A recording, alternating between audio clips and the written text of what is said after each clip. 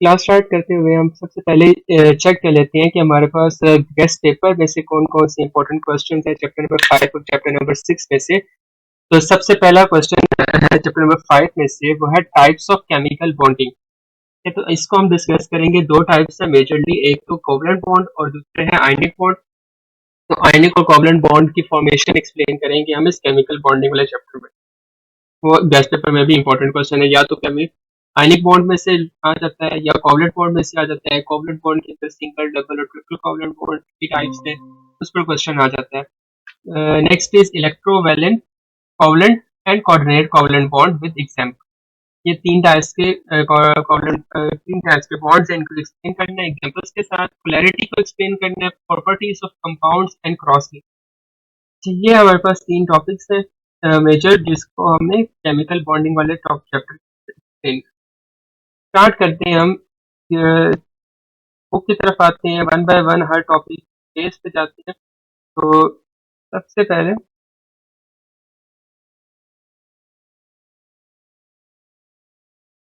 Chapter 5 का chemical bonding से relevant, और इस केमिकल बॉन्डिंग के चैप्टर में हम ये देखते हैं कि कोई भी एलिमेंट जो है वो बॉन्ड फॉर्मेशन क्यों करता है, रीजन क्या है उसके पीछे। क्या कुछ एलिमेंट्स ऐसे होते हैं जो इलेक्ट्रॉन को गेन या लूज करके अपने आप को स्टेबल करते हैं, कुछ ऐसे एलिमेंट्स होते हैं जो इलेक्ट्रॉन्स को शेयर करके अपने आप को स्टेबल। तो वो शेयर क्यों करना चाहते हैं और वो लूज या गेन क्यों करना चाहते हैं, उसकी रीजन ये है कि वो अपने आप को स्टेबल करेंगे, अपने आप को Nobel gas electronic configuration achieve करवाना चाहते हैं। इसकी वजह से उनको क्या करना पड़ता है, इलेक्ट्रॉन को लूज, गेन या शेयर करना पड़ेगा। तो इस चैप्टर नंबर 5 में अगर हम सबसे पहले आ जाए तो सबसे पहला क्वेश्चन ही ये बनता है कि why do atoms react. Atoms react ही क्यों करते हैं, एटम्स रिएक्ट इस वजह से करते हैं क्योंकि उन्हें चाहिए नोबल गैस इलेक्ट्रॉनिक कॉन्फ़िगरेशन, और वो Nobel gas electronic configuration achieve करने के लिए रिएक्ट करते हैं। फॉर एग्जांपल हाइड्रोजन है, तो हाइड्रोजन का टॉप है 1, इलेक्ट्रॉनिक कॉन्फ़िगरेशन लिखें तो 1s1 इलेक्ट्रॉनिक कॉन्फ़िगरेशन इनकी बनती है। इसके पास अगर एक इलेक्ट्रॉन और होता ना तो वो हीलियम की नोबल गैस इलेक्ट्रॉनिक कॉन्फ़िगरेशन के इक्वल आ जाता। तो इसलिए ये क्या करेगा, ये एक इलेक्ट्रॉन को गेन करेगा तो दैट कि वो हीलियम बन जाए, और हीलियम के रिजल्ट में हीलियम की इलेक्ट्रॉनिक कॉन्फ़िगरेशन अचीव कर ले, और हीलियम की इलेक्ट्रॉनिक कॉन्फ़िगरेशन के रिजल्ट में क्या होगा कि वो पहले से ज्यादा स्टेबल हो जाएगा। सेम इसी तरह लिथियम जो है उसके लास्ट शेल में एक इलेक्ट्रॉन है, वैसे उसका एटॉमिक नंबर 3 है। इलेक्ट्रॉनिक कॉन्फ़िगरेशन लिखें तो 1s2 and 2s1। 1s2 and 2s1, इसमें क्या है कि अगर वो अपना आखिरी इलेक्ट्रॉन लूज कर देते हैं तो उसके पास बच जाते हैं 1s2 इलेक्ट्रॉनिक कॉन्फ़िगरेशन, और वो बस 1s2 इलेक्ट्रॉनिक कॉन्फ़िगरेशन मैच करती है हीलियम की इलेक्ट्रॉनिक कॉन्फ़िगरेशन। तो फर्स्ट क्वेश्चन का आंसर ये है कि आइटम्स रिएक्ट इसलिए करते हैं क्योंकि उन्हें NH2 NP6 इलेक्ट्रॉनिक कॉन्फ़िगरेशन चाहिए होती है, एन या NS2 इलेक्ट्रॉनिक कॉन्फ़िगरेशन चाहिए होती है इनके वैलेंस इलेक्शन। और अगर वो ये कॉन्फ़िगरेशन, ये इलेक्ट्रॉनिक कॉन्फ़िगरेशन अचीव कर लेते हैं अपने वैलेंस शेल के अंदर, तो वो एक स्टेबल एलिमेंट बनाएंगे, और उस स्टेबल एलिमेंट को अगर वो स्टेबल है तो रिएक्टिव कम होगा। तो एटम्स जो है वो इस वजह से रिएक्ट। अब जो वो रिएक्शन करते हैं तो उसके रिजल्ट में या तो वो अपना ऑक्टेट कंप्लीट करते हैं या वो डुप्लेट कंप्लीट करते हैं। ये तो पॉइंट हमने पिछले वाली क्लास में भी डिस्कस किया था कि ऑक्टेट रूल ऐसे एलिमेंट्स फॉलो करते हैं जो अपने लास्ट शेल में 8 इलेक्ट्रॉन्स अचीव करना चाहें। तो अगर 8 इलेक्ट्रॉन्स अचीव करना चाहते हैं तो वो ऑक्टेट रूल को कंप्लीट करेंगे, और अगर वो लास्ट शेल में 2 इलेक्ट्रॉन्स कंप्लीट करना चाहते हैं तो वो डुप्लेट रूल फॉलो करेंगे। इसकी एग्जांपल मैंने बताई थी, हाइड्रोजन है, लिथियम है, इसका ब्रिलियम है, ये सारे एलिमेंट्स ऐसे हैं जो डुप्लेट फॉलो करना चाहते हैं। इसके अलावा सोडियम, क्लोरीन, ऑक्सीजन, फ्लोरीन, ये सारे ऐसे हैं जो ऑक्टेट कंप्लीट करते हैं। एग्जाम्पल जो हमने अभी लिथियम की ली है, इन्होंने भी यहाँ पर लिथियम की ही एग्जाम्पल लिखी है। जैसे लिथियम इलेक्ट्रॉनिक कॉन्फ़िगरेशन है 1s2 2s1। अगर वो एक इलेक्ट्रॉन लूज कर देता है तो उसके पास जो इलेक्ट्रॉनिक कॉन्फ़िगरेशन हो जाएगी वो होगी 1s2। तो ये जो 1s2 इलेक्ट्रॉनिक कॉन्फ़िगरेशन है, ये स्टेबल इलेक्ट्रॉनिक कॉन्फ़िगरेशन है, और इस स्टेबल इलेक्ट्रॉनिक कॉन्फ़िगरेशन की वजह से वो क्या करता है, लेस रिएक्टिव हो जाता है। एक इलेक्ट्रॉन लूज करेगा, स्टेबिलिटी अचीव हो।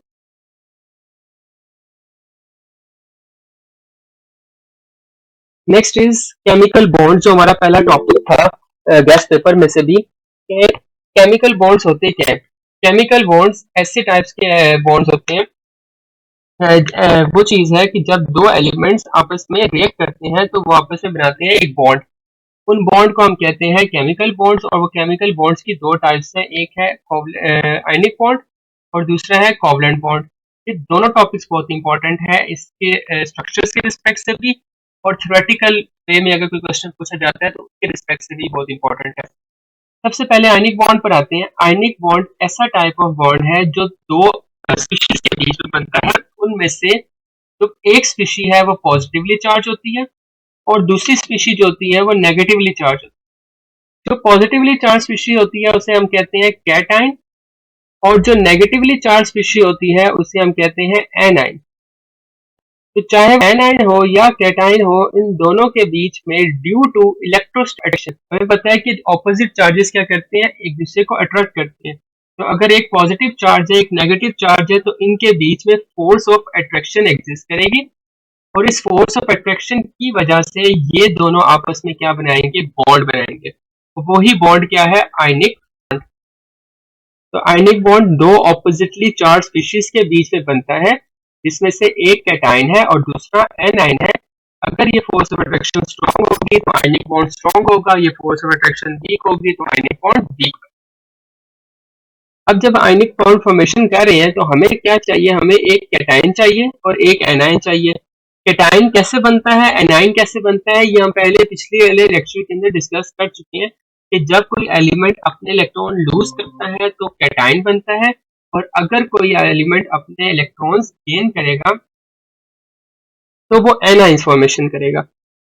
तो कैटाइन बनेगा या एनाइन बनेगा वो इलेक्ट्रॉन के लूज या गेन होने की एबिलिटी पर डिपेंड करता है। ठीक है, तो ये वाले टॉपिक तो हम पहले कर चुके हैं। हम डायरेक्ट आते हैं कि आयनिक बॉन्ड कैसे बनता है। आयनिक बॉन्ड की एग्जांपल ये आपके सामने लिखी हुई है NaCl की। NaCl में देखें, Na के फर्स्ट शेल में दो इलेक्ट्रॉन्स होते हैं, जैसे इसके पहले शेल में दो इलेक्ट्रॉन है। ठीक है, ये एक इलेक्ट्रॉन, ये दूसरा, इसी तरह तीसरा, चौथा, पांचवा, छठा, सातवां, आठवां, नौ, और ये 10 हो गए। और सोडियम का एटॉमिक नंबर होता है 11, इसलिए एक इलेक्ट्रॉन लास्ट शेल में चले जाए। अब इसके लास्ट शेल में एक इलेक्ट्रॉन है, अगर ये एक इलेक्ट्रॉन लूज कर देता है तो इसके पास noble gas electronic configuration achieve हो सकती है। हम दूसरी साइड पर आते हैं क्लोरीन, और क्लोरीन का एटॉमिक नंबर होता है 17। इसका मतलब इसके पास 17 इलेक्ट्रॉन्स होने चाहिए। पहले शेल में देखें 2 इलेक्ट्रॉन्स पूरे हैं, दूसरे शेल में 8 इलेक्ट्रॉन्स पूरे हैं, टोटल हो गए 10। 10 में से अब 7 रह गए हैं, 7 जो है वो लास्ट शेल के अंदर चले जाएंगे। तो जब लास्ट शेल में 7 चले जाएंगे, इसके पास एक इलेक्ट्रॉन मिसिंग है, इसके पास एक इलेक्ट्रॉन एक्स्ट्रा है। तो ये क्या करेगा, सोडियम अपना इलेक्ट्रॉन लूज करेगा, क्लोरीन को 2 इलेक्ट्रॉन गेन करेगा और आपस में बना लेंगे ये दोनों बॉन्ड। इसमें से सोडियम ने इलेक्ट्रॉन लूज किया है, इसलिए वो कैटाइन फॉर्मेशन करेगा, और क्लोरीन ने क्या किया है, इलेक्ट्रॉन गेन किया है, तो ये ठीक है। तो कैटाइन एक बन रहा है और एक बन रहा है एनाइन। इन दोनों के बीच में इलेक्ट्रोस्टैटिक फोर्स ऑफ अट्रैक्शन होगी। तो सोडियम कैटाइन है और क्लोरीन एनाइन है। ये जो बॉन्ड बनेगा इन दोनों के बीच में वो होगा कोवलेंट आयनिक बॉन्ड। अब जब इसने अपना सोडियम ने अपना लास्ट शेल लूज किया है तो देखिए इसके लास्ट शेल में 8 इलेक्ट्रॉन्स बच गए हैं, तो इसने अपना ऑक्टेट कंप्लीट कर लिया। इसी तरह हम दूसरे वाले एंड पे चलते हैं, तो उसमें क्या है, क्लोरीन है और क्लोरीन के लास्ट शेल में 7 इलेक्ट्रॉन्स हैं। ठीक है, इन्होंने हम बनाए हुए 7 इलेक्ट्रॉन्स थे, एक इलेक्ट्रॉन उसने सोडियम से गेन किया, तो हमारे पास टोटल बन गए 8 इलेक्ट्रॉन। इसने भी क्या किया, अपना ऑक्टेट कंप्लीट कर लिए। सोडियम भी अपना ऑक्टेट कंप्लीट कर लेगा और क्लोरीन भी अपना ऑक्टेट कंप्लीट कर लेगा। ये बन चुका है अब आयनिक बॉन्ड। इसी तरह और भी एग्जांपल्स हैं। अब एक से ज्यादा एलिमेंट्स भी हो सकते हैं, वहां पर तो एक सोडियम और एक क्लोरीन था ना, यहाँ पर ये भी हो सकता है कि आपके पास कैटाइन ज्यादा हो जाए या एनाइन ज्यादा हो जाए। मेथड वही रहेगा जो पहले था, आपने हर एक एलिमेंट के ऑक्टेट्स कंप्लीट करने हैं। अगर डुप्लेट को बना सकते हैं तो डुप्लेट कंप्लीट करना है, और जब उसका स्ट्रक्चर बना के अपने आयनिक बॉन्ड फॉर्मेशन को एक्सप्लेन कर दे। जैसे पहले वाले में मैग्नीशियम का एटॉमिक नंबर होता है 12, तो पहले शेल में 2 इलेक्ट्रॉन, दूसरे शेल में 8 इलेक्ट्रॉन, 10।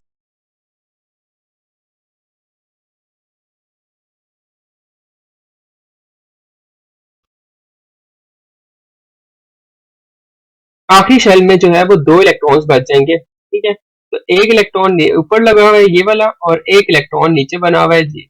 तो आखिरी शेल में जब 2 इलेक्ट्रॉन्स बच गए, नेक्स्ट में हम फ्लोरीन पर आते हैं और फ्लोरीन का एटॉमिक नंबर होता है 9।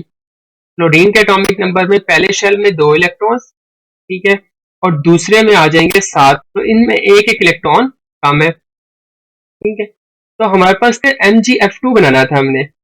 MgF2 में 2 फ्लोरीन आपने ऊपर बना लिया और एग्जैक्टली सेम वही फ्लोरीन नीचे भी बना लिया। दोनों के लास्ट शेल में 7 इलेक्ट्रॉन्स हैं। इसका मतलब पहले वाले फ्लोरीन को भी एक इलेक्ट्रॉन चाहिए और दूसरे वाले फ्लोरीन को भी एक इलेक्ट्रॉन चाहिए। जब दोनों फ्लोरीन्स को एक एक इलेक्ट्रॉन चाहिए तो वो एक इलेक्ट्रॉन जब ये गेन करेगा वो मैग्नीशियम से गेन करेगा। सेम इसी तरह मैग्नीशियम का जो दूसरा इलेक्ट्रॉन है फ्लोरीन गेन कर लेगा। तो दोनों मैग्नीशियम और फ्लोरीन, मैग्नीशियम के दोनों इलेक्ट्रॉन एक एक फ्लोरीन के पास चले जाएंगे। तो मैग्नीशियम पर +2 चार्ज आएगा। रीजन उसकी ये है कि इसने अपने 2 इलेक्ट्रॉन लूज किए और क्लोरीन के ऊपर -1 और -1 का चार्ज आएगा। उसकी रीजन ये है कि इन दोनों ने एक एक इलेक्ट्रॉन गेन किया। तो मैग्नीशियम +2 और F नेगेटिव ये दोनों मिलकर बनाएंगे आपस में कोवलेंट बॉन्ड। तो इसका मतलब ये जो MgF2 है वो दोनों बनाएंगे आयनिक बॉन्ड और MgF2 आपस में क्या है, एक आयनिक कंपाउंड। इसी तरह MgO का भी बन सकता है, या आगे सेल्फ असेसमेंट दी हुई है, ये आपने प्रैक्टिस करनी है MgO की भी और AlCl3 की भी। Next is covalent bonds. Covalent bonds होते हैं ये उस वक्त बनते हैं जब दो एलिमेंट्स आपस में इलेक्ट्रॉन्स को शेयर करते हैं। एग्जांपल, जैसे ये वाला पहला एलिमेंट है A, इसके पास लास्ट शेल में है 7 इलेक्ट्रॉन। अब इसके पास एक इलेक्ट्रॉन कम है, अगर वो एक इलेक्ट्रॉन और होता तो ये अपना ऑक्टेट कंप्लीट कर लेता। सेम इसी तरह ये एलिमेंट B जो है इसके भी लास्ट शेल में 7 इलेक्ट्रॉन है, अगर ये एक गेन करे तो ये अपने 8 इलेक्ट्रॉन्स पूरे कर सकता था।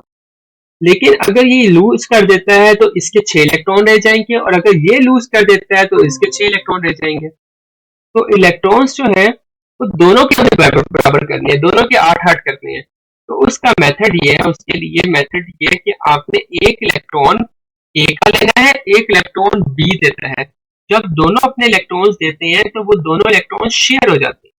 ये दोनों इलेक्ट्रॉन एलिमेंट ए के पास भी है, ये दोनों इलेक्ट्रॉन एलिमेंट बी के, तो ए और बी दोनों के पास इलेक्ट्रॉन्स आ जाएंगे।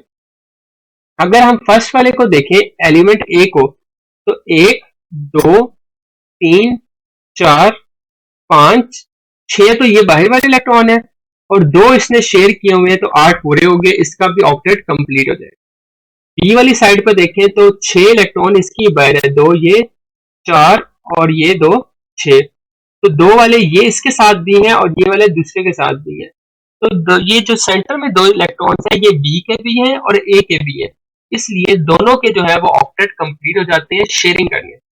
इसमें कोई लूज नहीं कर रहा, कोई गेन नहीं कर रहा, बल्कि शेयर कर रहे हैं आपस में भी। इस तरह के जो बॉन्ड है उसे कहते हैं कोवलेंट बॉन्ड।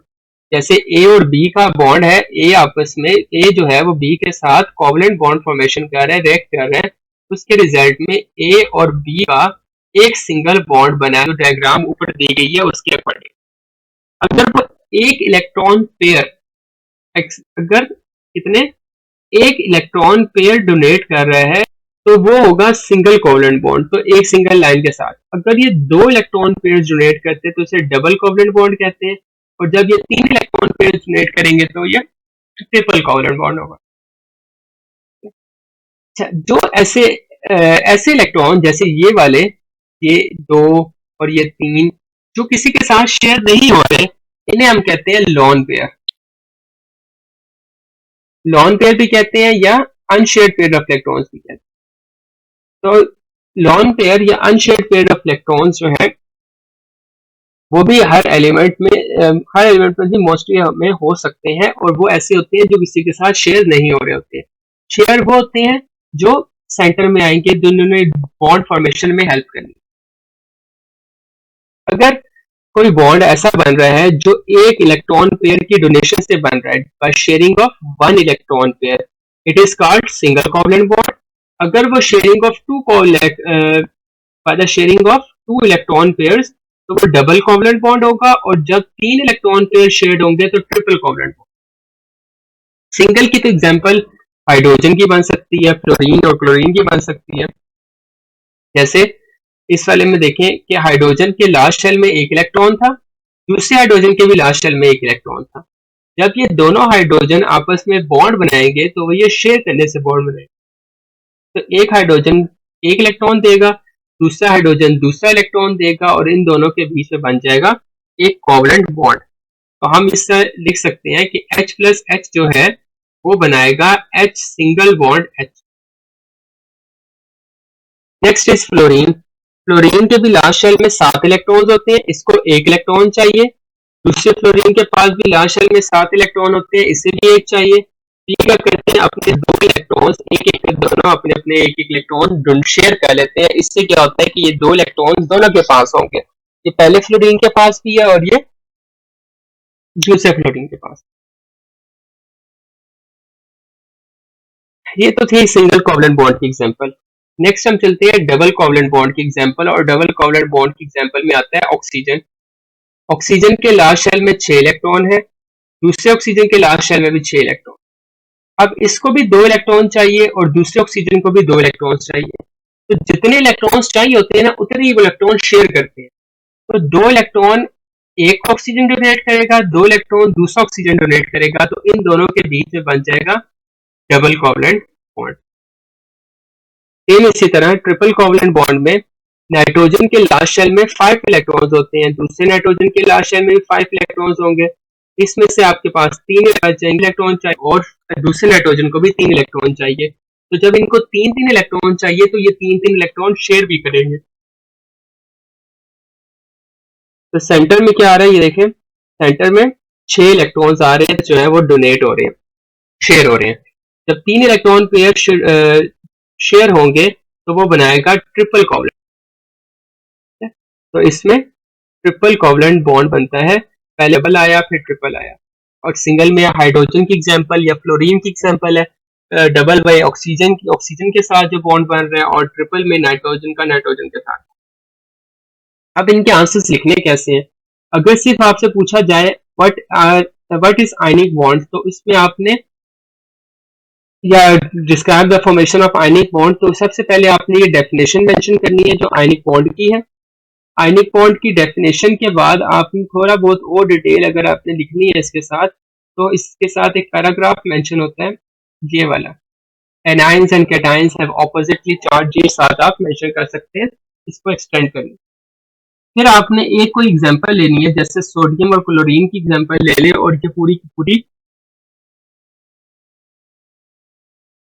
की पूरी एग्जांपल जो है वो आपने ड्रॉ करके एक्सप्लेन करना है कि इस तरह ये आयनिक बॉन्ड फॉर्मेशन होता है। नेक्स्ट इज, अगर कोवलेंट बॉन्ड पे आ जाता है तो सबसे पहले आपने कोवलेंट बॉन्ड की डेफिनेशन लिखनी है, the bond form by the mutual sharing of electron. A chemical bond that is form by the mutual sharing of electron is called covalent bond. और कोवलेंट बॉन्ड की एग्जांपल है hydrogen, fluorine, nitrogen, oxygen, इन चारों में से कोई भी आप एक एग्जांपल लिख सकते हैं साथ, और इसके साथ पैराग्राफ लिखना पड़ेगा। तो पैराग्राफ कैसे लिखना है मैं आपको बता देता हूँ। सबसे पहले आपने लिखना है कि कंसीडर द फॉर्मेशन ऑफ, जिस चीज की भी आप फॉर्मेशन कर रहे हैं, वो O2 की कर रहे हैं, वो N2 की कर रहे हैं, वो H2 की कर रहे हैं, यहाँ पर आपने वो लिख देना। अगर ये ऑक्सीजन की थी तो आप लिखेंगे ऑक्सीजन इज इन ग्रुप 6 से। अगर ये नाइट्रोजन के बारे में है तो लिखेंगे नाइट्रोजन इज इन ग्रुप 5 से। ठीक है। इसी तरह अगर फ्लोरीन के बारे में है तो फ्लोरीन इज इन ग्रुप 7 है।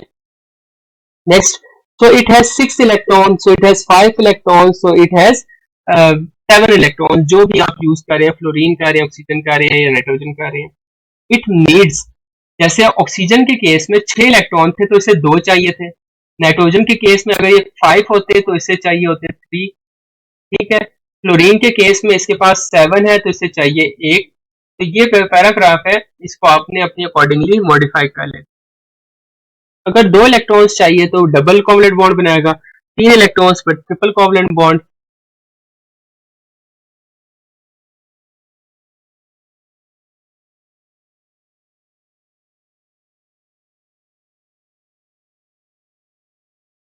इलेक्ट्रॉन पर single covalent bond, electron pair पर सिंगल कोवलेंट। जो नेक्स्ट टॉपिक थे आपके, ये तो एक पॉइंट आपका कंप्लीट हो जाता है कोवलेंट बॉन्डिंग और आयनिक बॉन्डिंग वाला। ठीक है, types of bond, electrovalent, covalent and coordinate covalent bond with example. Covalent bond तो अभी हमने किया है ना। कोऑर्डिनेट कोवलेंट बॉन्ड एक स्पेशल टाइप ऑफ बॉन्ड है जो बनता है उस वक्त जब दोनों इलेक्ट्रॉन्स किसी एक स्पीशीज से आ रहे हैं। अभी जो हम पहले कह रहे थे वो ये था कि एक जो था एलिमेंट ए था, एक एलिमेंट बी था, से आता है एक इलेक्ट्रॉन बी से आता है, ये दोनों मिलके क्या बनाते हैं, एक सिंगल। लेकिन अगर ऐसा हो कि दोनों इलेक्ट्रॉन जैसे इस केस में एक ही स्पीशीज से आ रहे हैं, इसके रिजल्ट में जो बॉन्ड बनता है उसे कहते हैं कोऑर्डिनेट कोवलेंट बॉन्ड। अब ये कोऑर्डिनेट कोवलेंट बॉन्ड को रिप्रेजेंट करने के लिए आप एरो का साइन लगाते हैं और इस एरो साइन से पता चलता है कि ये कोऑर्डिनेट कोवलेंट बॉन्ड है। इसमें भी कोऑर्डिनेट कोवलेंट बॉन्ड बनता है। इस तरह और भी बहुत से एग्जांपल है। H3O में भी एक बॉन्ड जो होता है वो कोऑर्डिनेट कोवलेंट बॉन्ड का होता है। इसी तरह और भी एग्जांपल है CO, carbon monoxide. Carbon monoxide में दो डबल बॉन्ड होते हैं, एक कोऑर्डिनेट कोवलेंट बॉन्ड होता है। ठीक है, तो एग्जांपल्स और भी बहुत सी ऐसी हैं जिसमें कोऑर्डिनेट कोवलेंट बॉन्ड एग्जिस्ट कर सकता है। तो कोऑर्डिनेट कोवलेंट बॉन्ड उस वक्त बनता है कि जब दोनों इलेक्ट्रॉन्स बॉन्ड फॉर्मेशन में जो इन्वॉल्व हो रहे हैं वो एक ही स्पीशीज से आ रहे हो, तो वो कोऑर्डिनेट कोवलेंट बॉन्ड बना। Next is polarity of the molecules. Polarity को एक्सप्लेन करें तो कोवलेंट बॉन्ड की दो टाइप्स होती हैं, एक होता है पोलर कोवलेंट बॉन्ड और दूसरा है non polar covalent. Polar covalent bonds ऐसे बॉन्ड्स होते हैं जो दो डिफरेंट टाइप्स ऑफ एलिमेंट से बने हुए हो, जैसे हाइड्रोजन और फ्लोराइड। इसमें फ्लोरीन एक ऐसा एलिमेंट है जो हाईली इलेक्ट्रोनेगेटिव है, जिसकी वजह से इसके ऊपर पार्शियल नेगेटिव चार्ज आता है।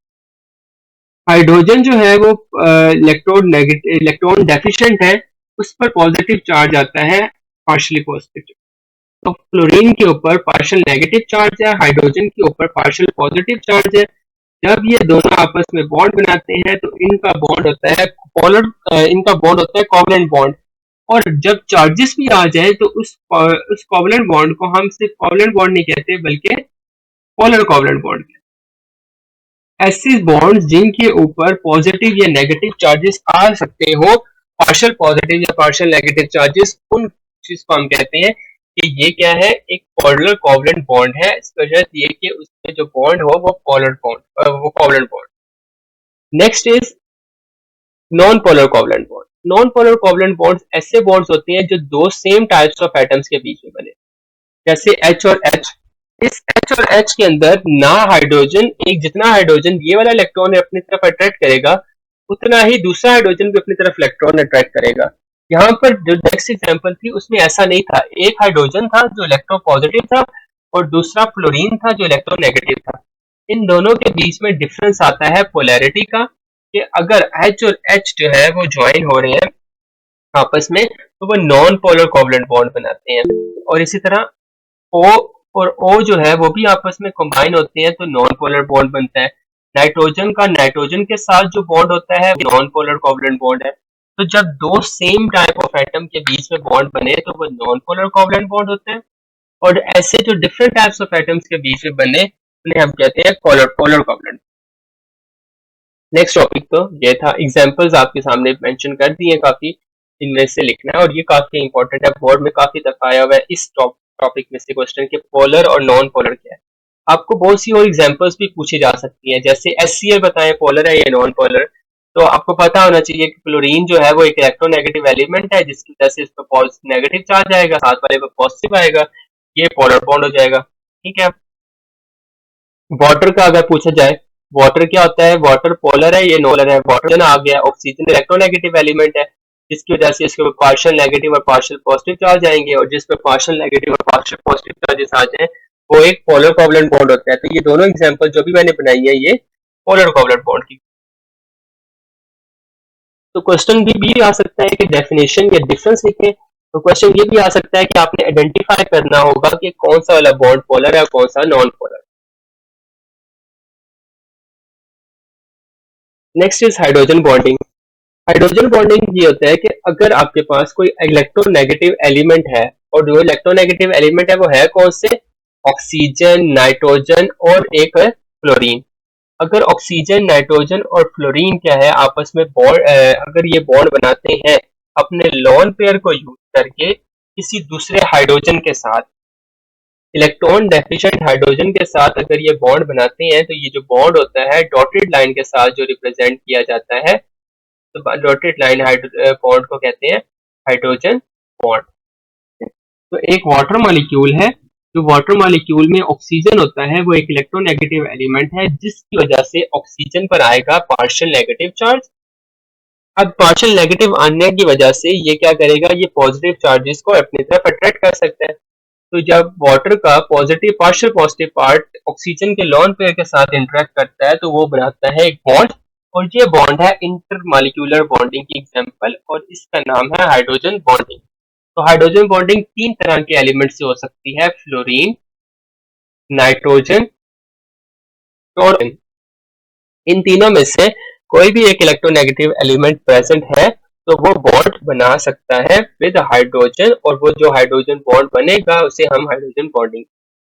इंपॉर्टेंस इसकी बहुत ज्यादा है। इंपॉर्टेंस क्या है कि ड्रग्स, पेंट्स, कॉस्मेटिक्स, इन सब के अंदर डीएनए हमारी बॉडी के अंदर है, उसके जो दो स्ट्रैंड्स हैं आपस में ज्वाइन होते हैं थ्रू हाइड्रोजन बॉन्डिंग। ठीक है, तो हाइड्रोजन बॉन्डिंग के कंसेप्ट के बगैर, हाइड्रोजन बॉन्डिंग के प्रेजेंस के बगैर, होने के बगैर हम एग्जिस्ट नहीं कर सकते थे। वाटर के अंदर हाइड्रोजन बॉन्डिंग ना होती तो वाटर जो है वो इतनी जल्दी वेपराइज करता है, उसकी वजह से क्या होता है कि आपके एनवायरमेंट बिल्कुल ही डिफरेंट हो सकता था।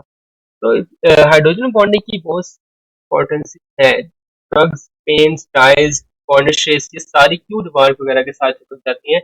और इस वजह से चिपकते हैं क्योंकि इनमें डायपल डायपल या हाइड्रोजन बॉन्डिंग एग्जिस्ट है।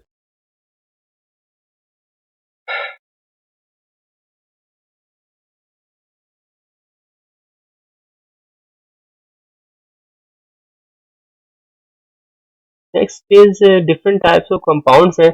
एक और क्वेश्चन जो आ सकता है कि आयनिक कंपाउंड जो होते हैं वो इलेक्ट्रिसिटी कंडक्ट क्यों करते हैं मोल्टन स्टेट के अंदर या आयनिक स्टेट के अंदर, और जब वो सॉलिड स्टेट के अंदर होते हैं तो इलेक्ट्रिसिटी कंडक्ट नहीं करते। इलेक्ट्रिसिटी का पहले कॉन्सेप्ट पता होना तो फिर आप ये समझ सकते हैं कि क्यों कंडक्शन होती है क्यों नहीं होती। इलेक्ट्रिसिटी की डेफिनेशन क्या होती है? Flow of charges. ठीक है, और चार्ज है क्या? इलेक्ट्रॉन्स या प्रोटॉन्स है। ठीक है, या पॉजिटिव चार्ज कोई और स्पेशी है तो, या नेगेटिव चार्ज कोई और स्पेशी है। तो जब ये इलेक्ट्रॉन्स या प्रोटॉन्स मूव करते हैं कंडक्टर के अंदर तो इलेक्ट्रिक करंट प्रोड्यूस होता है, इलेक्ट्रिक करंट फ्लो करना शुरू। अब अगर ऐसा हो कि आपके पास जो कंपाउंड है उसके अंदर जो वाटर लिया है, वाटर के अंदर आपने NaCl ऐड किया, अगर इसमें से NaCl ऐड करने के बगैर इलेक्ट्रिसिटी पास करवाएं तो इलेक्ट्रिसिटी पास नहीं होगी। लेकिन जब आपने इसमें NaCl ऐड किया है तो उससे क्या हुआ है कि Na के ऊपर पॉजिटिव चार्ज आया है, क्लोरीन के ऊपर नेगेटिव चार्ज आया है, ये अब आयनिक फॉर्म के अंदर आ गया है। और पॉजिटिव चार्ज जो है वो जाता है नेगेटिव कैथोड की तरफ और नेगेटिव जो है एनोड की तरफ।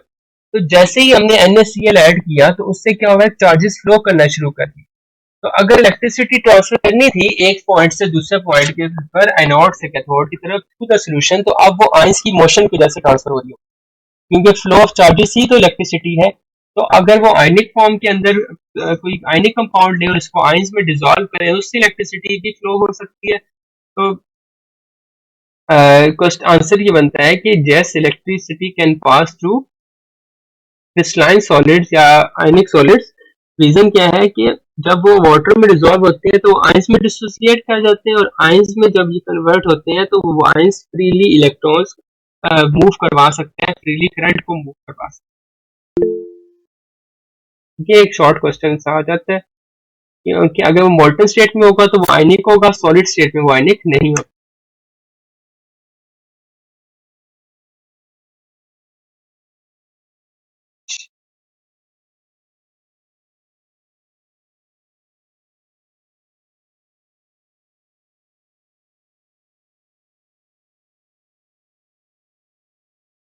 आपका ये चैप्टर पर वाइंड अप होता है, कुछ एक दो चीजें और भी हैं।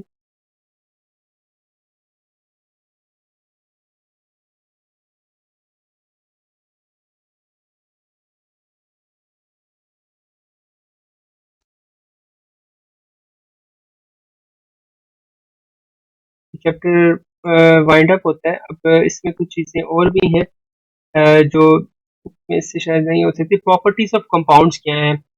अगर पोलैरिटी आ जाती है, तो उसमें जो प्रॉपर्टीज चेंज होती हैं वो होती हैं उसकी मेल्टिंग पॉइंट और बॉइलिंग पॉइंट।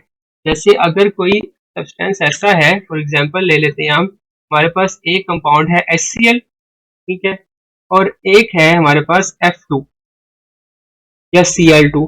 अगर मैं इन दोनों को कंपेयर करूं तो ये जो F2 है ये होता है गैशियस फॉर्म। रीजन क्या है? उसकी रीजन ये, इस इधर नॉन पोलर कोवलेंट बॉन्ड होता है वीक बॉन्ड, ठीक है, वो वीक बॉन्डिंग बनाते हैं आगे जाके। HCl जो है वो एक पोलर कोवलेंट बॉन्ड है और ये आगे जाके डाइपोल डाइपोल फोर्सेस बनाता है जो क्या करते हैं उसको, उसके मेल्टिंग पॉइंट और उसके बॉइलिंग पॉइंट को भी इंक्रीज कर देते हैं, जिसकी वजह से HCl है वो लिक्विड फॉर्म में होता है, जबकि F2 जो है वो गैशियस फॉर्म के अंदर एग्जिस्ट करे। तो जब भी क्वेश्चन आए कि प्रॉपर्टीज ऑफ कंपाउंड्स क्या अचीव होंगी जब आप ये सारी चीजें स्टडी करते हैं, तो उसमें ये है कि जब आप प्रॉपर्टीज ऑफ कंपाउंड्स क्या है कि मेल्टिंग पॉइंट इंक्रीज कर जाता है अगर वो पोलर होगा, और अगर वो नॉन पोलर है तो उसका मेल्टिंग पॉइंट और बॉइलिंग पॉइंट दोनों कम होंगे। वाटर सोलेबल होगा जो पोलर वाला है, जो नॉन पोलर है वाटर इनसोलेबल है। तो ये जो पोलर वाला है वो जैसे एग्जांपल ले लेते हैं HCl की, वो लिक्विड फॉर्म में होगा, और नॉन पोलर की एग्जांपल ले लेते हैं F2 जो गैशियस फॉर्म के अंदर है। तो इफेक्ट आता है प्रॉपर्टीज के ऊपर जब आप उसके नेचर को चेंज कर देते हैं। तो ये टॉपिक्स थे आपके चैप्टर नंबर 5 के, ठीक है। तो बस यहाँ तक है, इसके बाद हम नेक्स्ट चैप्टर पे चलते हैं, चैप्टर नंबर 6। और चैप्टर नंबर 6 की पहले हम देख लेते हैं टॉपिक्स करने क्या क्या। सबसे पहले हमें करना है empirical and molecular formula. Empirical और मॉलिक्यूलर फार्मूला के बाद नेक्स्ट टॉपिक है calculation of molecular and formula mass. तीसरा जो पार्ट है वो है calculation of number of moles and number of molecules. Fourth is writing chemical molecular and structure formula और मोल टू मास कैलकुलेशन। तो जो 6 टॉपिक्स हैं इसके अंदर जो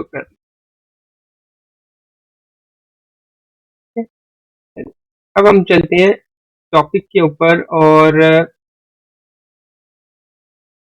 ये हमारे पास है चैप्टर नंबर 6 स्टोइकियोमेट्री। सबसे पहला टॉपिक जो आपके टेस्ट पेपर में भी है वो है what is empirical formula and molecular formula. तो ये देखें दो क्वेश्चन जो आपके सामने लिखे हुए ये इसी से रिलेटेड ही हैं। सबसे पहले आते हैं एम्पिरिकल फार्मूला के ऊपर। एम्पिरिकल फार्मूला ऐसे कंपाउंड होते हैं, ऐसा फार्मूला होता है जिसमें जो एलिमेंट है उनके जो मॉलिक्यूलर फार्मूला लिखा होता है वो अपनी simplest whole number simplest ratio के अंदर लिखा जाता है।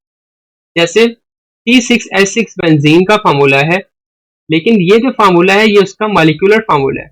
अगर मैं इसका एम्पिरिकल फार्मूला लिखूं तो उसमें इसकी सिंपलेस्ट रेशियो क्या होगी, दोनों में 6 कार्बन है, 6 हाइड्रोजन है, 6 ही कार्बन है, तो 6 कॉमन आ सकते हैं, पीछे बच गया C और H। तो C1H1 जो है वो एम्पिरिकल फार्मूला होगा, और C6H6 जिसमें completely total number of hydrogen total number of carbon mention है वो इसका है मॉलिक्यूलर फार्मूला। तो molecular formula is the actual whole number ratio और empirical formula is the simplest whole number ratio of atom of each element present in a compound. Example H2O की जब हम empirical formula लिखते हैं तो वो HO बनता है इसी तरह, लेकिन अगर उसका मॉलिक्यूलर फार्मूला लिखेंगे तो वो होगा H2O2। तो H2O2 में देखें 2 कॉमन आता था, इस वजह से उन्होंने सिंपलीफाइड करके HO लिखा जो इसका एम्पिरिकल फार्मूला। इसी तरह ग्लूकोज है C6H12O6। C6H12O6 जो है वो इसका मॉलिक्यूलर फार्मूला है। इसमें देखें 6, 12 और 6 ये तीन चीजें जो है वो तीनों 6 पर डिवाइड होती हैं। तो इसका अगर हम एम्पिरिकल फार्मूला लिखें तो वो हो जाएगा CH2O। तो CH2O जो है वो इसका एम्पिरिकल फार्मूला। तो मॉलिक्यूलर फार्मूला से आप एम्पिरिकल फार्मूला लिख सकते हैं कि अगर वो उनके अंदर सिंपलेस्ट और रेशियो में ऑलरेडी नहीं है। नेक्स्ट इंपॉर्टेंट क्वेश्चन जो एम्पिरिकल और मॉलिक्यूलर फार्मूला में से आता है वो ये है कि कुछ कंपाउंड्स ऐसे हैं जिनका मॉलिक्यूलर फार्मूला ही उनका एम्पिरिकल फार्मूला है। रीजन उसकी क्या है?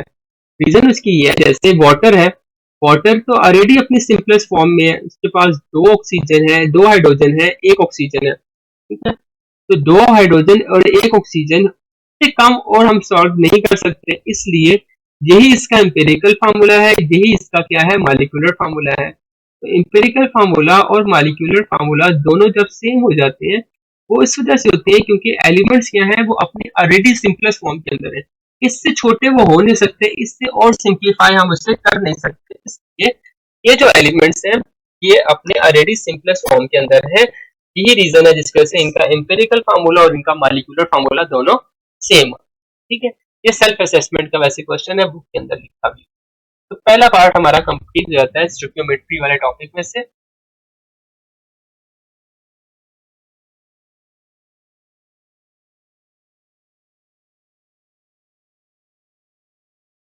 अब आते हैं हम नेक्स्ट टॉपिक के ऊपर। नेक्स्ट टॉपिक है हमारा calculation of molecular and formula mass. Calculate करना है हमने मॉलिक्यूलर मास और फार्मूला मास, उसके लिए हम एग्जांपल है वाटर से स्टार्ट करते हैं, सिंपलेस्ट फॉर्म से निकालते हैं और उससे हम आगे बाकियों की फॉर्म में निकलते हैं। जैसे फॉर एग्जांपल हमारे पास है H2O। H2O का अगर आपने मॉलिक्यूलर मास निकालना है तो सबसे पहले आप लिखेंगे मॉलिक्यूलर मास इक्वल्स टू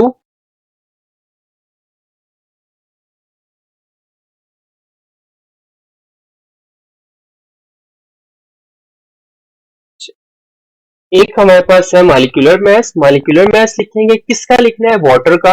और वाटर का मॉलिक्यूलर मास में दो हाइड्रोजन है तो 2 मल्टीप्लाई बाय हाइड्रोजन, ठीक है। इसमें ऐड करेंगे ऑक्सीजन, 1 मल्टीप्लाई बाय ऑक्सीजन, ठीक है। और एटॉमिक हाइड्रोजन का एटॉमिक मास होता है वो 1 होता है, 2 मल्टीप्लाई बाय 1। ऑक्सीजन का एटॉमिक मास होता है 16 तो 1 मल्टीप्लाई बाय 16। 2 मल्टीप्लाई बाय 1 जो होगा वो 2 के इक्वल होगा, 16 को 1 के साथ करें तो 16 आंसर आएगा, तो ओवरऑल आंसर हो गया 18। तो ये इसका मॉलिक्यूलर मास है वाटर का, 18 मॉलिक्यूलर मास में। और इसको का जो यूनिट है वो या एएमयू भी लिखते हैं या ग्राम पर मोल लिखा जाता है। तो 18 ग्राम पर मोल जो है। तो इसी तरह और भी कंपाउंड्स क्या आ सकते हैं, इस एग्जांपल ले लेते हैं MgOH होल ट्वाइस का। MgOH सॉल्व करें तो पहले तो हम इसे सिंप्लीफाई करके लिख देते हैं कि मैग्नीशियम एक है या ऑक्सीजन जो है वो दो है, क्योंकि ये होल ट्वाइस है तो MgO2 हो जाएगा, और हाइड्रोजन भी दो है MgO2। अब इनका मॉलिक्यूलर मास निकालते हैं। मैग्नीशियम का एटॉमिक मास होता है 24, ऑक्सीजन का होता है 16, 16 को 2 के साथ मल्टीप्लाई करेंगे तो 32, हाइड्रोजन का होता है 1 और इसको 2 के साथ मल्टीप्लाई करेंगे तो 2 आंसर आ जाएगा। तो जब इन सब को सॉल्व आउट करेंगे तो हमारे पास आंसर आएगा 58। तो ये जो मॉलिक्यूलर मास है वो है 58 ग्राम पर मोल या 58 AM। तो मॉलिक्यूलर मास और फार्मूला मास निकालने की टेक्निक यही है। बस डिफरेंस ये होता है कि जो फार्मूला मास होता है वो आयनिक कंपाउंड्स के लिए होता है और जो कोवलेंट कंपाउंड्स के लिए होता है वो मॉलिक्यूलर मास। तो मॉलिक्यूलर मास और फार्मूला मास दोनों में डिफरेंस आ जाए। नेक्स्ट क्वेश्चन है calculation of the number of moles and number of molecule. Number of moles find करने हो या नंबर ऑफ मॉलिक्यूल्स फाइंड करने हो तो एक चीज एक माइंड में रखनी है कि जब भी इस तरह की क्वेश्चन आए कि अपने नंबर ऑफ मॉलिक्यूल्स या नंबर ऑफ मोल्स फाइंड करने हो तो उसमें करना ही होता है अपने कि आपने सबसे पहले नंबर ऑफ मॉलिक्यूल्स निकालने के लिए आपने मोल्स निकाल लेने, आपको मैथ दिया अब आपने मोल्स निकाल लेने हैं, आपको वॉल्यूम दिया आपने मोल्स निकाल लेने हैं, आपको अगर दिया गया है नंबर ऑफ एटम्स दिए हुए आपने उससे मोल्स निकाल लेने हैं, क्योंकि केमिस्ट्री के अंदर जब तक आप मोल्स नहीं निकालेंगे आप फर्दर कैलकुलेशन इजीली नहीं कर सकते। तो अभी हमारे पास जो टॉपिक है वो है कि आपने नंबर ऑफ मोल्स निकालने। एग्जाम्पल ले लेते हैं कि हमारे पास है 5 ग्राम ऑफ वाटर या 5 gram of ice.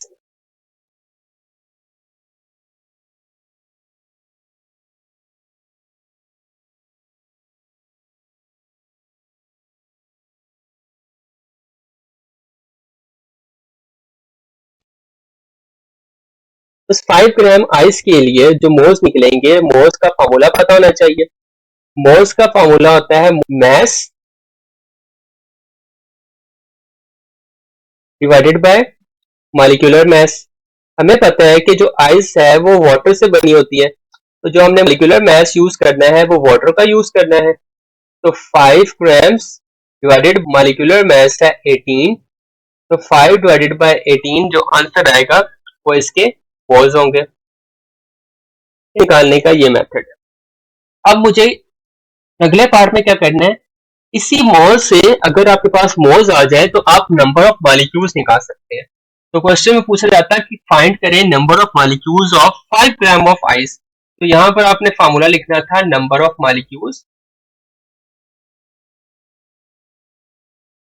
Number of ions हो जाए, नंबर ऑफ हो जाए, इन सब के लिए फार्मूला सेम है, moles multiply by Avogadro's number. ठीक है, लेट्स से इसके रिजल्ट में कोई आंसर आया 0.3 के अराउंड, तो आपने लिख देने हैं मोल्स हमारे पास है 0.3, इसको मल्टीप्लाई करना है एवोगैड्रोस नंबर के साथ 6.022 इंटू पावर 23, और जब इनको मल्टीप्लाई करेंगे तो जो आंसर हमारे पास आएगा वो होगा हमारे पास final answer number of molecule. तो इन दोनों को मल्टीप्लाई कर लें, मल्टीप्लाई करने से जो आंसर आ रहा है वो ऑलमोस्ट 10⁻23। ठीक है, और उसके साथ जब ये मल्टीप्लाई होगा तो ऑलमोस्ट ये आंसर देगा 1.8 के अराउंड। तो 1.8 इन 10⁻23 होगा या 24 होगा, ये कैलकुलेट कर लीजिएगा। इसके साथ जो आंसर आ रहा है ये हमारे पास नंबर ऑफ मॉलिक्यूल। तो नेक्स्ट टॉपिक भी यही था कि आपने मोल्स निकालने हैं और उससे नंबर ऑफ मॉलिक्यूल्स फाइंड करने हैं। तो मोल्स निकालने के लिए mass divided by molecular mass का फार्मूला लगाएंगे, और जब आपके पास मोल्स आ जाए तो आपने उसको मल्टीप्लाई कर देना है एवोगैड्रोस नंबर के साथ। तो आपका आंसर आ जाएगा नंबर ऑफ मॉलिक्यूल। नेक्स्ट जो पार्ट है वो है writing molecular and structure formula. Molecular और स्ट्रक्चर फार्मूलाज हमने लिखने हैं, किस किस के लिखने हैं उसके लिए हम टॉपिक देख लेते हैं। सबसे पहले हम कोई एक एलिमेंट लेते हैं, फॉर एग्जांपल हमने CH4, बल्कि CH4 तो बहुत इजी है, C4H10 ले लेते हैं। ये एक मैंने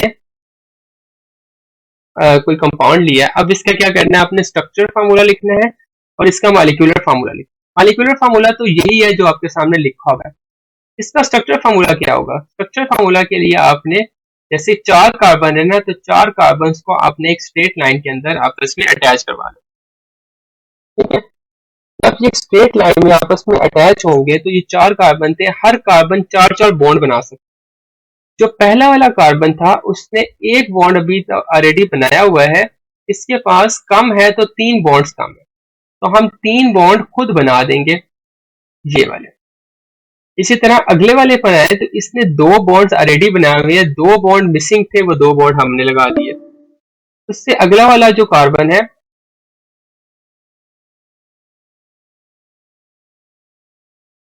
उससे अगला वाला कार्बन है, उसमें भी 2 बॉन्ड्स जो है बने हुए हैं, 2 बॉन्ड्स कम थे वो हमने लगा दिए। और लास्ट वाले कार्बन में 1 बॉन्ड बना हुआ है, 3 बॉन्ड कम है, वो आपने खुद अटैच करवा देने हैं। तो हर जगह पर आपने 1 बाय 1 करके हाइड्रोजन से अटैच,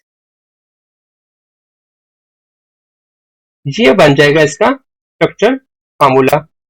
तो स्ट्रक्चर फार्मूला निकालने का मेथड ये है कि आपने पहले जितने कार्बन लगे हुए हैं उतने कार्बन अपने एक स्ट्रेट चेन पे लगा देने हैं, और फिर हर कार्बन के 4-4 बॉन्ड्स पूरे करने। जितने बॉन्ड्स कम है उतने आपने बॉन्ड्स खुद बना देने हैं, लेकिन वो बॉन्ड्स बनेंगे हाइड्रोजन के। तो ये है इसका स्ट्रक्चर फार्मूला, और इससे जो टोटल नंबर ऑफ कार्बन पता चलते हैं, ये टोटल नंबर ऑफ हाइड्रोजन पता चलते हैं, वो इसका होगा मॉलिक्यूलर मास, मॉलिक्यूलर फार्मूला। जैसे 4 कार्बन थे तो हमने लिख दिया C4। ठीक है, और ऊपर देखें 4 हाइड्रोजन ऊपर है, 4 नीचे है, एक लेफ्ट पर एक राइट पर है, 10 हाइड्रोजन है, तो H10 होता है। तो C4H10 आंसर होगा। अब हमारे पास नेक्स्ट लास्ट टॉपिक है मास टू मोल कैलकुलेशन। अभी हमने मास से मोल्स निकाले थे, तो अब मोल्स से मास निकालना हो तो कैसे निकालेंगे। तो फार्मूला वही से रीयूज करेंगे, mass equals to moles multiply by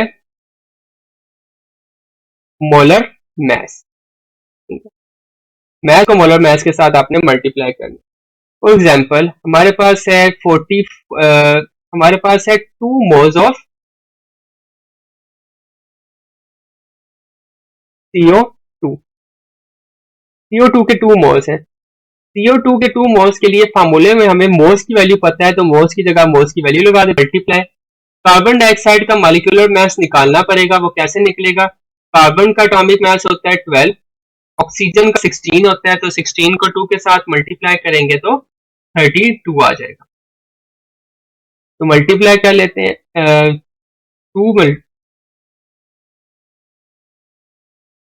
2 moles से मल्टीप्लाई करना है उसको, 12 प्लस 32 44। ठीक है, तो 44 को मल्टीप्लाई करेंगे 2 के साथ, तो इसका आंसर आ जाएगा 8 ग्राम। का मतलब अगर आपके पास 2 मोल्स है कार्बन डाइऑक्साइड के, तो 88 ग्राम आपके पास कार्बन डाइऑक्साइड होगी। तो मैथ्स को मोल्स में और मोल्स को मैथ्स में कन्वर्ट आना चाहिए। ठीक है, आपकी बुक में और भी बहुत सी प्रैक्टिस के लिए एग्जांपल्स लिखी होंगी, आप वहां से प्रैक्टिस कर सकते हैं। मोल्स से मैथ्स, मैथ्स से मोल्स, मोल्स से नंबर ऑफ मॉलिक्यूल्स निकालने बता दिया, इसी तरह नंबर ऑफ मॉलिक्यूल्स से मैथ्स भी निकाल लेना है। तो ये दो टाइप्स तो कंपलसरी हैं कि आपने करनी ही करनी है। एम्पिरिकल और मॉलिक्यूलर फार्मूला में डिफरेंस आता है, वो आपको अच्छी तरह प्रिपेयर होना चाहिए। नेक्स्ट चीज जो है वो एक है पिछले चैप्टर में कोवलेंट बॉन्ड और ionic bond, single covalent bond, double covalent bond, triple covalent bond, ये बहुत इंपॉर्टेंट टॉपिक्स है, ये करने हैं। हाइड्रोजन बॉन्डिंग आपने लाजमी क्वेश्चन करना है। अगर ये कर लेते हैं जो भी क्वेश्चन बताए हैं, होपफुली कि अगर इसमें से 4 क्वेश्चन आते हैं तो 3 वही होंगे जो आपके ये टेस्ट पेपर में आपको मेंशन। तो अच्छी तरह इसको प्रिपेयर कीजिएगा। 2 चैप्टर्स मैंने अभी आपको कवर करवाए हैं। ठीक है, अब मुझे आपने ये बताना है कि अगर कोई चीज रिवाइज करवानी है, दोबारा टॉपिक समझ नहीं आया, तो मुझे बता दें, मैसेज कर दें। ठीक है, व्हाट्सएप पे सेम जिस तरह पहले आप कर सकते हैं, मैं आपको साथ शेयर भी कर देता हूँ कॉन्टैक्ट, मैसेज ड्रॉप करता हूँ चैनल के अंदर, कॉन्टैक्ट नंबर पर आप मुझे मैसेज करें, मैं आपको रिप्लाई करूँ।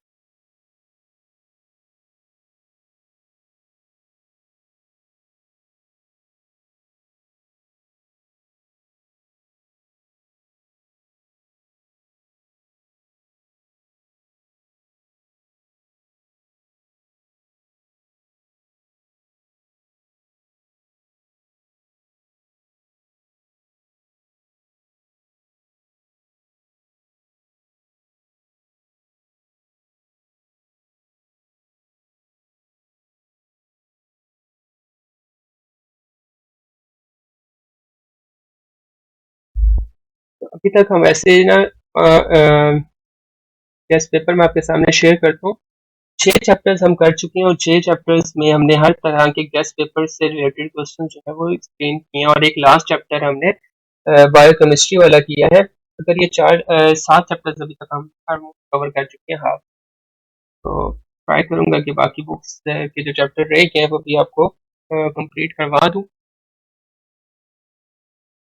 इन 6-7 चैप्टर्स में से कोई क्वेश्चन है तो मुझे मैसेज कर दें, मैं आपको एक्सप्लेन कर देता हूँ। नहीं तो हम आज की क्लास यहाँ पर ही एंड अप करते हैं। 2 चैप्टर्स हमने कवर किए हैं। अगर आपको कोई टॉपिक मिस हो चुका है, स्टार्टिंग में कुछ बच्चे कम थे, तो अगर वो देखना चाहेंगे तो आपको यूट्यूब पर ये लेक्चर अवेलेबल हो जाएगा, लिंक मैं आपको चैनल में शेयर कर दूँ। अगर कोई क्वेश्चन नहीं है तो मैं 2 मिनट्स और वेट करता हूँ, क्वेश्चन अगर मेंशन कर दें तो मैं उसका रिप्लाई कर देता हूँ, नहीं तो हम हमारी क्लास यहाँ पर एंड।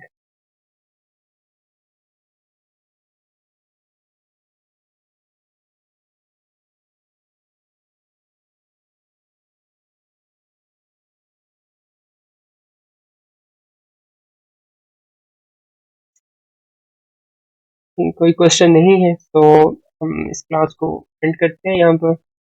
बेस्ट ऑफ लक, आप इन क्वेश्चंस को प्रैक्टिस करें। फिर भी अगर कोई क्वेश्चन नहीं होता सॉल्व, क्वेश्चन की पिक्चर बना के मुझे व्हाट्सएप कर दें, मैं आपको उसका आंसर एक्सप्लेन कर दूंगा। कोई टॉपिक समझ नहीं आता, टॉपिक मेंशन कर दे कि ये टॉपिक हमें समझा दे, मैं आपको उसको एक्सप्लेन कर दूँ।